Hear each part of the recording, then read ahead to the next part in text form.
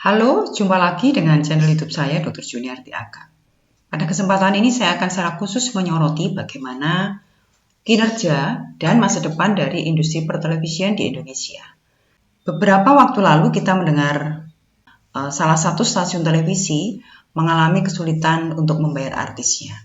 Ini menunjukkan sinyal bahwa ada masalah keuangan di dalam industri pertelevisian.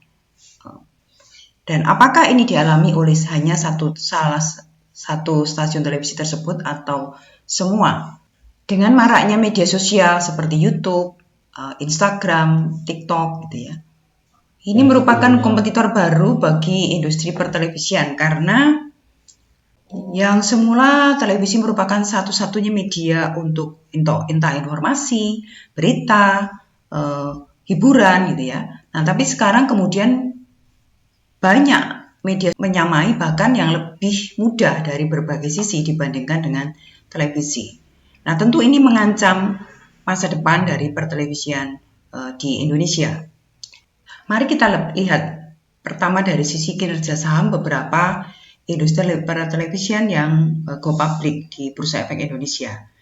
Terdapat 4 emiten yang di Bursa Efek Indonesia. Yang pertama adalah MNCN, itu grup RCTI, Global TV, MNC TV, Okezone, dan Koran Sindo. Kemudian yang kedua Viva itu adalah TV One, MDIA itu Antv, dan STMA itu SCTV dan Indosiar.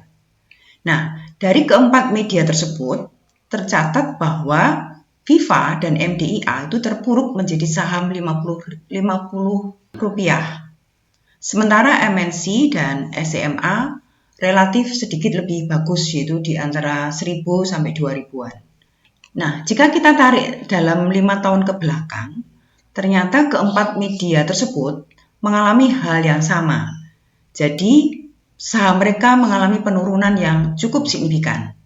Nah, jika tren ini tidak diubah, bisa jadi SCMA maupun MNCN akan terjebak menjadi saham 50 rupiahan. Kalau kita lihat seperti misalnya MNCN itu dalam periode 5 tahun terakhir itu turun 35% berada di teritori 1.000 rupiahan. Sedangkan SCMA, SCTV itu turun 46% dalam periode yang sama 5 tahun terakhir, sehingga sahamnya juga berada di sekitar 1.000-2.000 rupiahan. Kemudian Viva TV One itu jauh lebih parah ya, turun 75% dan berada di teritori 50 rupiahan, sama seperti yang dialami oleh MDIA, Antv, itu turun 92%.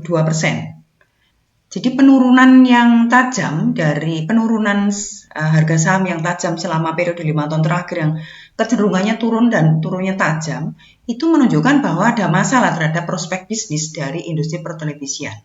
Nah, sebelum kita menyimpulkan lebih jauh, mari kita lihat lebih dulu bagaimana laporan keuangan dari 4 emiten tersebut. Dari sisi omset, sebenarnya SCMA maupun MNCN itu mengalami kenaikan.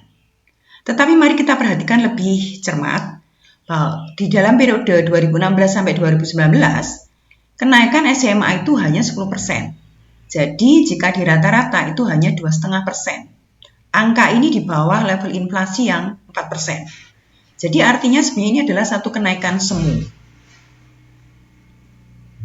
Demikian juga dengan MNCN televisi pada periode yang sama 2016 sampai 2019 hanya mengalami kenaikan 15%. Jadi jika di rata-rata juga sekitar 3,75%. Angka ini juga masih di bawah angka inflasi.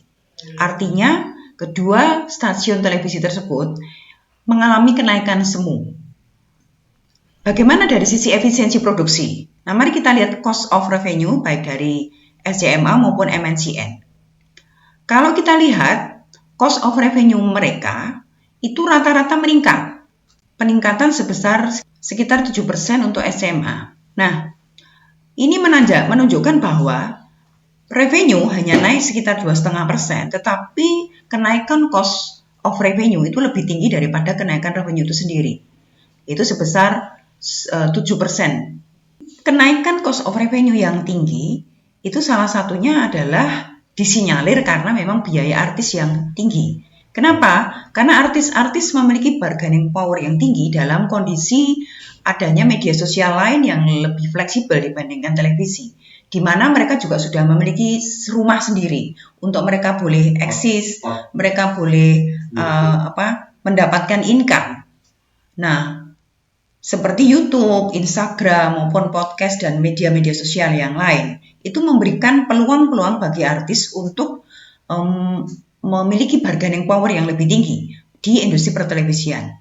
Jika hal ini tidak dikendalikan oleh televisi, oleh perusahaan, maka ini akan mengakibatkan masa depan perusahaan menjadi dipertanyakan.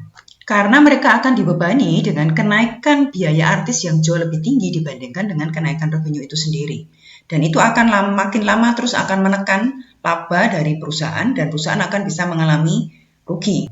Nah, mengatasi hal ini, bagaimana kira-kira strategi yang harus ditempuh oleh perusahaan?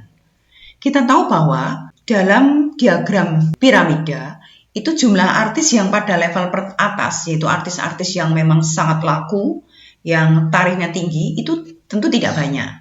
Dan itu akan diikuti oleh artis layer kedua dan artis layer ketiga, di mana pada layer ini, masing-masing artis itu juga sudah memiliki media sosialnya sendiri. Tapi mereka tidak memiliki media untuk memviralkan diri. Nah, televisi sebenarnya punya potensi yang besar untuk memviralkan para artis-artis tersebut. Nah, oleh karena itu sekarang harus diubah. Jadi, industri pertelevisian memiliki kapasitas, kompetensi untuk memviralkan para artis, meskipun memang ada kompetitor dari media sosial lain seperti YouTube dan seterusnya. Tapi bagaimanapun, artis-artis ini memerlukan ruang untuk memviralkan diri. Nah, ini harus ditangkap oleh industri televisi, sehingga industri televisi akan mulai menyediakan slot-slot untuk program-program yang merekrut artis-artis pada layer kedua dan layer ketiga. Nah, oleh karena itu, sudah saatnya bahwa artis layer kedua dan ketiga ini ketika dia ingin masuk dalam program yang sudah disediakan oleh televisi, mereka membayar. Dan mereka juga akan membawa sendiri endorsement mereka, sponsor mereka. Dan televisi dalam hal ini akan menambahkan iklan dari televisi itu sendiri. Sehingga dengan demikian, televisi akan mendapatkan income. Satu, dari program, dari iklan yang di program tersebut. Kedua, dari fee yang diperoleh dari artis yang masuk di dalam slot, di dalam program yang dirancang oleh televisi tersebut. Jadi setidaknya ada dua benefit yang diperoleh perusahaan dengan strategi seperti ini. Pertama, akan menekan cost revenue, karena perusahaan tidak perlu membayar artis-artis yang mahal. Yang kedua adalah perusahaan mendapatkan tambahan income dari fee yang diperoleh dari artis tersebut. Nah, di sisi lain juga ini akan memberikan tekanan psikologis kepada artis-artis pada layer atas, untuk kemudian bisa menurunkan harga karena kompetisi yang semakin tajam. Kalau artis tersebut, meskipun dia sudah pada top layer, tetapi kalau dia tidak memiliki media untuk memviralkan diri secara lebih luas, maka di televisi, maka itu juga akan mengancam eksistensi dari artis tersebut. Jadi ini akan menjadi satu win-win solusi. Industri pertelevisian perlu segera berbenah. Karena indikator-indikator baik dari sisi kinerja saham, kinerja operasional itu menunjukkan situasi atau kondisi yang mengkhawatirkan. Ini jelas perlu ditindaklanjuti secara serius. Nah, kami menawarkan satu strategi yang perlu dipertimbangkan oleh perusahaan, yaitu bagaimana artis berbayar. Ini adalah satu terobosan baru ketika sebelumnya televisi konvensional itu umumnya hanya mengandalkan pemasukan dari iklan. Dan iklan itu didorong oleh artis-artis papan atas. Sementara artis papan atas itu cost-nya sangat tinggi. Dan itu membebani cost of revenue perusahaan. Jadi perusahaan perlu memikirkan strategi untuk mengurangi cost of revenue yang semakin tinggi. Dan di sisi lain mendiversifikasikan pemasukan dari perusahaan. Perusahaan yang modern itu tentu tidak sehat untuk hanya mengandalkan penerimaan hanya dari satu sumber. Perusahaan perlu mulai memikirkan diversifikasi yang itu tidak jauh-jauh dari core bisnis perusahaan.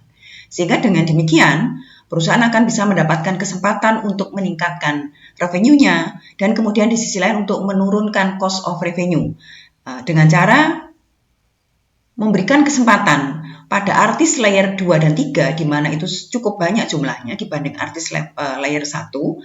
Nah, memberikan program atau slot tersendiri bagi artis-artis tersebut sehingga mereka bisa memiliki kesempatan untuk memviralkan diri. Nah, televisi mendapatkan kesempatan untuk mendapatkan revenue tambahan baik dari endorsement maupun dari iklan dari program tersebut. Usaha-usaha untuk mendapatkan atau meningkatkan pendapatan lain-lain di luar core business itu sudah diterapkan di industri retail misalnya.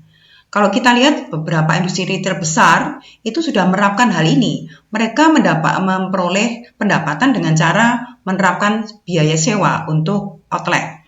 Mereka tidak lagi mengandalkan selisih harga jual dengan harga beli, tetapi mereka kemudian mulai menerapkan misalnya outlet berbayar, member yang di-endorse oleh kartu kredit, kemudian biaya-biaya promosi, dan ini sebelumnya tidak pernah ada. Jadi strategi untuk meningkatkan pendapatan lain-lain di luar core bisnis itu sudah banyak dilakukan oleh perusahaan-perusahaan lain dan ini tidak ada salahnya untuk dimulai di industri pertelevisian. Jadi strategi ini perlu mulai dipertimbangkan oleh industri pertelevisian supaya mereka tidak hanya mengandalkan pada praktek-praktek bisnis ini yang sudah terbukti bahwa itu tidak sanggup untuk membawa perusahaan survive. Dilihat dari beberapa indikator kinerja yang tadi sudah kita diskusikan di depan. Oke, jika ada hal yang mau didiskusikan lebih lanjut, silakan untuk komen di bawah. Jangan lupa subscribe, like, dan share. Terima kasih.